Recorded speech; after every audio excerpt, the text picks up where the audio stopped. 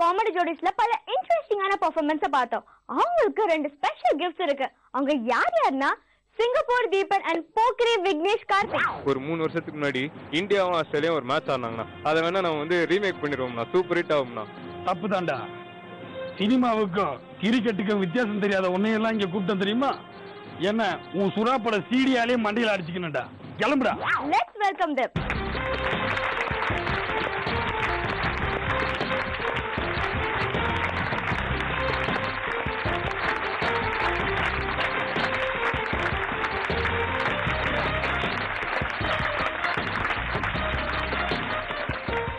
Okay, நீங்க 2 பேருமே best பெர்ஃபார்மரா இருக்கீங்க. இந்த ஷோ பத்தி நீங்க என்ன நினைக்கிறீங்க? அதாவது வந்து வளர்ந்து வரும் கலைஞர்களை வந்து இந்த ஷோ மூலயமா அவங்க வந்து மென்மேலும் முன்னேறதுக்கு இந்த ஷோ வந்து ரொம்ப ஒரு உறுதுணையா இருக்கு. அதாவது சொல்லுவாங்க, ஊக்குவிப்பதற்கு ஆள் இருந்தால் போதும், ஊக்குவிப்பனும் தேக்குவிற்பான் அப்படின்ற பழமொழிக்கு ஏற்ற மாதிரி இந்த ஷோ நடந்துகிட்டு இருக்கு. இதனால எங்க எல்லாருக்கும் வாய்ப்பு கொடுத்த ஜீ தமிழ் தொலைக்காட்சிக்கு எங்களுடைய மனமார்ந்த நன்றியை தெரிவித்துக் கொள்கிறோம். நீங்க என்ன நினைக்கிறீங்க?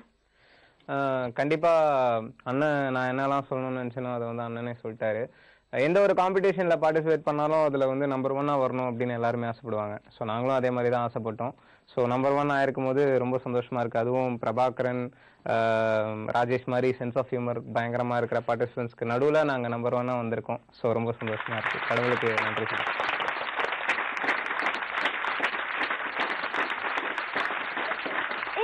பெர்ஃபார்மன்ஸ்க்கு அடுத்த special performance of the day lady கெட்டப்ல போட்டு அசத்துறாங்கல, that goes to Nanjil Vijayan. அதெல்லாம் வெளியே சொல்லாதியா. எங்க குடும்பத்தை பத்தி உனக்கு என்னையா தெரியும்? எங்க குடும்பம் ராஜ குடும்பம். Let's welcome on stage.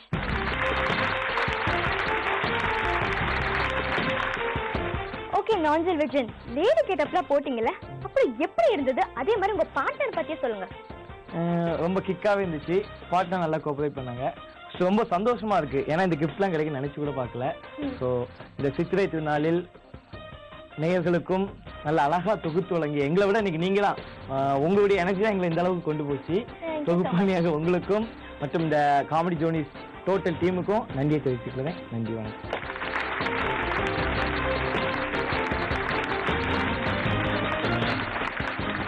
பயணங்கள் முடிவதில்லைன்னு சொல்லுவாங்க. ஆனா ஒரு பயணத்துக்கும் ஒரு முடிவு இருக்கத்தானே செய்யும்.